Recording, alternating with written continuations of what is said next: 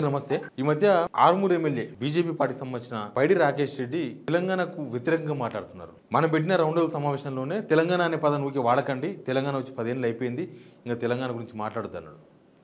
నేను మొన్న రీసెంట్గా ఒక టీవీ ఛానల్లో డిబేట్లో పార్టిసిపేట్ చేసిండు। పచ్చని ఆంధ్రప్రదేశ్ను కొంతమంది స్వార్థం కోసం రెచ్చగొడితే పిల్లలు చనిపోయినరు, పచ్చని ఆంధ్రప్రదేశ్ విడిపోయిందని ఆవేదన వ్యక్తం చేసిండు। ఇది తెలంగాణ సమాజానికి పూర్తి వ్యతిరేకం। తెలంగాణలో ఉంది బీజేపీ పార్టీ, కనీసం వాళ్ళ ఎమ్మెల్యే మాట్లాడితే బీజేపీ వాళ్ళు స్పందించరు కూడా, ఇప్పటిదాకా కనీసం ఇప్పుడు ఎప్పుడు స్పందించలేదు। ఎందుకు తెలంగాణ సమాజానికి నచ్చని వ్యవహారాలు బీజేపీ తీసుకుంటుందో తెలియదు। కానీ నేను ఒక వీడియో చూపిస్తా, వీడియో చూపించే కన్నా ముందు సిగ్నల్ వి సబ్స్క్రైబ్ కూడా చేయండి, ఒకసారి వీడియో చూడండి। राज्यसभा के दरवाजों को बंद करके जोर और जुल्म के बीच हाउस ऑर्डर में नहीं था तो भी आपने आंध्र और तेलंगाना का विभाजन किया। और ये बात सही है, जयदेव जी ने बताया, ये बात सही है कि उस समय मैंने ये कहा था, तेलुगु हमारी माँ है।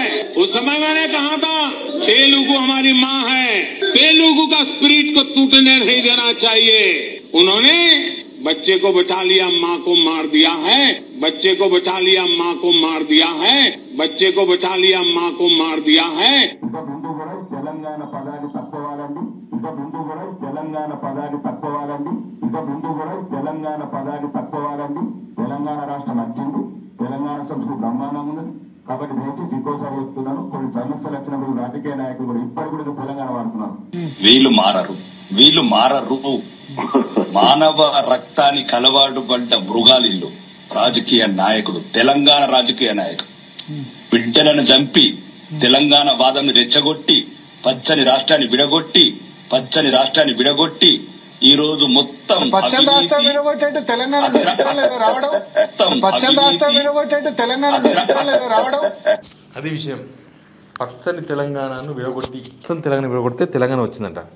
అసలు ఏందో వీళ్ళ ప్రాబ్లం। బీజేపీ, నేను గతంలో కూడా ఒక వీడియో చేసిన, బీజేపీ నుంచి తెలంగాణ అవుట్ అని, అంటే బీజేపీ తెలంగాణ అనే ఒక, ఇప్పుడు మోడీ మాట్లాడిండు, తెలుగు తుక్కుడా వేసిండ్రు, తెలుగు అంటే మా తల్లి, మరి తెలంగాణ తల్లి కాదా?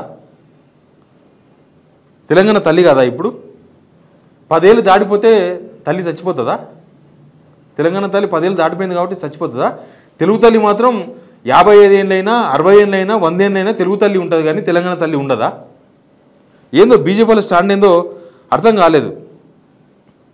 అంటే తెలంగాణ అనే ఒక సెంటిమెంట్ ఉంటే బీజేపీకి పట్టు సాధించడం కష్టమవుతుందా?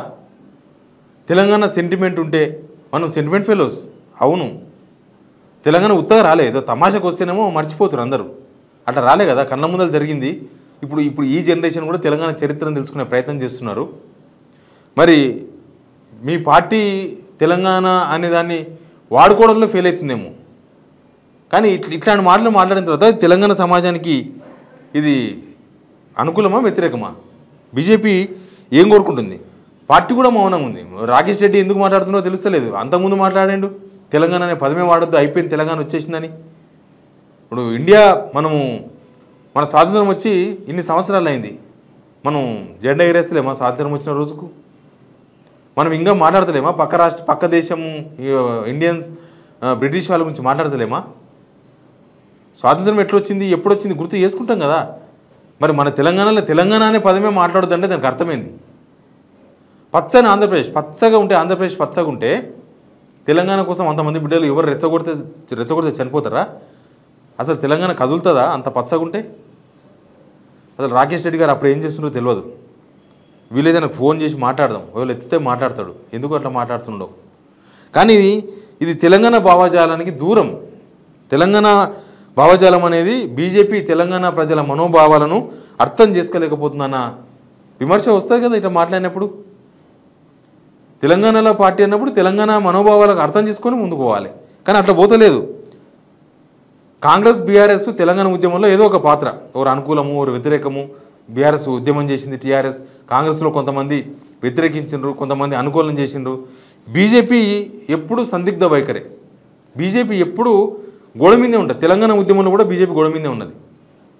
కిషన్ రెడ్డి రాజీనామా చేయమంటే ఆయన రాజీనామా చేయలేదని అందరూ ఇప్పటికీ మాట్లాడుతున్నారు. పార్టీ అస్పష్ట వైఖరి, పార్టీకి వైఖరి లేదు.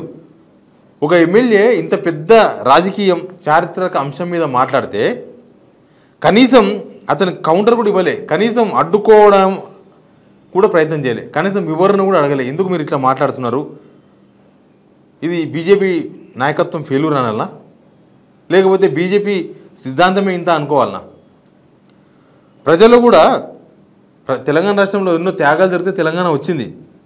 ఇప్పుడు దాన్ని వ్యతిరేకంగా మాట్లాడి పార్టీ మౌనంగా ఉంటే బీజేపీ పార్టీ అయినా ప్రజల అభిప్రాయం కూడా అదే ఉంటుంది కదా, యాంటీ తెలంగాణ పార్టీ అనుకుంటుంది తప్ప ఇంకోటి అనుకోరు కదా. ఇది రాకేష్ రెడ్డి వ్యక్తిగత అభిప్రాయం అయితే పార్టీ స్పందిస్తుంది, పార్టీ అభిప్రాయం అయితే రాకేష్ రెడ్డి చెప్పింది కరెక్ట్ అంటారు.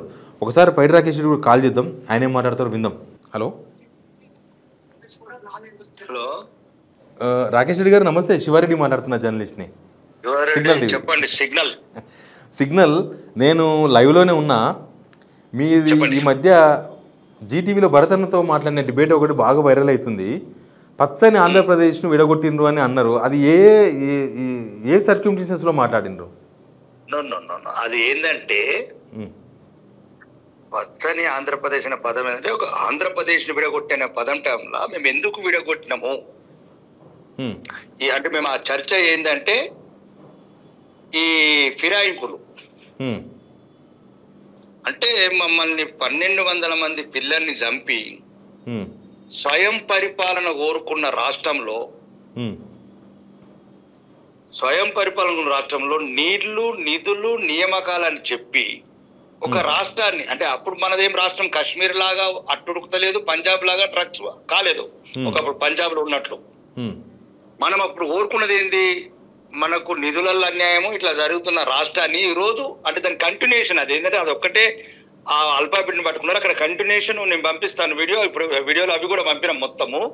దాంట్లో ఏం చెప్పినామంటే ఆంధ్రప్రదేశ్ ఉన్నప్పటికన్నా ఇప్పుడున్న ఈ కొడుకులు రాజకీయ 1000 కోట్ల అవినీతి చేస్తున్నారు. ఆంధ్రప్రదేశ్ ఉన్న దానికన్నా దోసుకున్న దానికన్నా 1000 రెట్లు ఎక్కువ దోసుకుంటున్నారు. అవును, మీరు అప్పుడు రాజకీయ నాయకుల మీద మాట్లాడాలి, తెలంగాణ ఎందుకు మాట్లాడుతున్నారు? చెప్పింది మళ్ళీ చెప్తున్నాను, అదే అంటున్నా అండి. ఆంధ్రప్రదేశ్ ఇప్పుడు ఆంధ్రప్రదేశ్ అండి, ఆంధ్రప్రదేశ్ మధ్య మరి ఇప్పుడు స్వయం పరిపాలన కోరుకున్నాము, నిధులు కోరుకున్నాము, నీళ్లు కోరుకున్నాము, అవినీతి నీళ్లు, నియామకాలు కుటుంబాలకు, నిధులేమో మొత్తం 20 లక్షల కోట్ల బడ్జెట్ పోయింది, 11 లక్షల కోట్ల అప్పు వచ్చింది, భవిష్యత్తులకు చెందిన భూములు అమ్ముతున్నారు. మరి ఇదా తెలంగాణ కోరుకున్న కంటిన్యూషన్ చూడండి మీరు. ఒక మాట మేమేమన్నాము, మేము చర్చలు చేసేది రాజకీయ వ్యభిచారం గురించి, ఫైర్ల గురించి కాదు, అసలు ఇది మొత్తం రాష్ట్రమే ఇట్లా చెదలు పడుతున్నది. రాజకీయ నాయకులు తెలంగాణ రాజకీయ మా బిడ్డలు చచ్చింది, పేద ప్రజల బిడ్డలు చచ్చింది, అమాయక ప్రజల బిడ్డలు చచ్చింది. మేము రాజకీయాలు వ్యభిచారాలు వారం రోజులు పార్టీలు మారతందుకు కాదు. మా రాష్ట్రంలో ఏమేమి సమస్యలు ఉన్నాయో ఆ ప్రధాన సమస్యల గురించి స్వయం పరిపాలన రాష్ట్రం తెచ్చుకున్నాం కాబట్టి అవిట్ల గురించి చర్చలు ఈరోజు ఈ రకంగా పక్కదోన పడుతున్నాయి అంతే.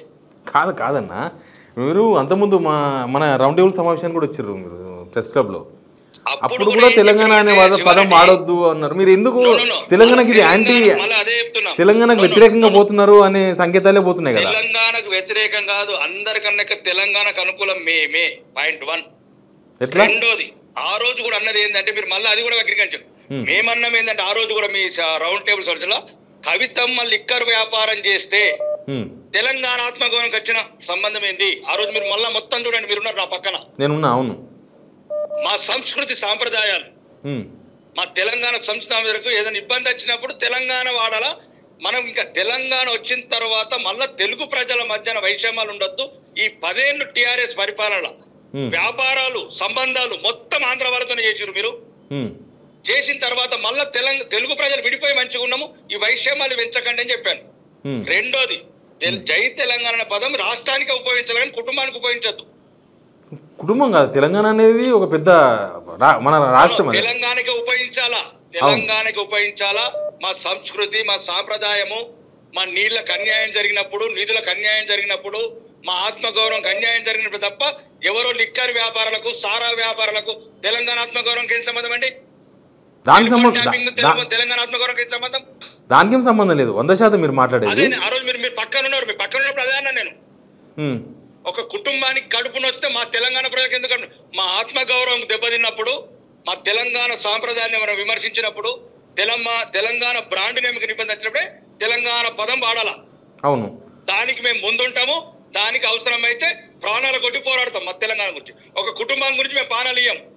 కుటుంబానికి సంబంధం లేదు. తెలంగాణ అంటే ఒక కుటుంబం కాదు, ఇది 100%. మొత్తం కుటుంబం గురించే చర్చ జరిగింది. అవును, ఎందుకు వాడతాం ఇప్పుడు? జై భారత్ కాదు, మన జై భారత్ అనమా? జై భారత్ అంటాము ఇన్ని సంవత్సరాల తర్వాత స్వాతంత్రం వచ్చినాక. జై తెలంగాణ ఎందుకనొద్దు? లిక్కర్ వ్యాపారాలకు వాడొద్దన్నాను, టెలిఫోన్ ట్యాపింగ్లకు వాడొద్దన్నాను. దానికి ఏదో రాజకీయ పార్టీ వాడుకుంటది, కానీ మీరు జై తెలంగాణ ఎక్కువ వాడొద్దన్నారు. ఆ రోజు చర్చలలో అదే చేసిండ్రు. నేనన్నాను కొందరి గురించి మనకద్దు, తెలంగాణ సంస్కృతి సాంప్రదాయాల గురించి, తెలంగాణ సంస్కృతి సాంప్రదాయాల గురించి, తెలంగాణ అస్తిత్వము, తెలంగాణ బ్రాండ్ నేమ్కి వచ్చినప్పుడు అప్పుడు ఆ రోజు పదం కూడా వాడాను. ఆదిలాబాద్ గోండు తండాలు, వరంగల్ లంబాడి తండాలు అనే పదం వాడాను. అంటే గిరిజనుల సంస్కృతి సాంప్రదాయాలు కావచ్చు, మన సమ్మక్క సారక్క సాంప్రదాయాలు కావచ్చు, ఇట్లాంటి మన అస్తిత్వం, అది మన అస్తిత్వానికి అంత వచ్చినప్పుడే మనం తెలంగాణ పదాన్ని వాడాలని చెప్పాను. కానీ కొన్ని కుటుంబాల గురించి వాడొద్దని చెప్పాను.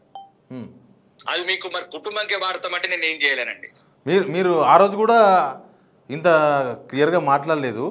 ఇట్లే జై తెలంగాణ దాన్ని ప్రతి దగ్గర వాడొద్దు, 10 సంవత్సరాల తెలంగాణ వచ్చి మీరు మళ్ళీ రండి. ఒకటే చెప్తున్నాను, ఈ రోజు తెలంగాణ అసెంబ్లీ నాకు 9 స్పీచ్లు వినండి.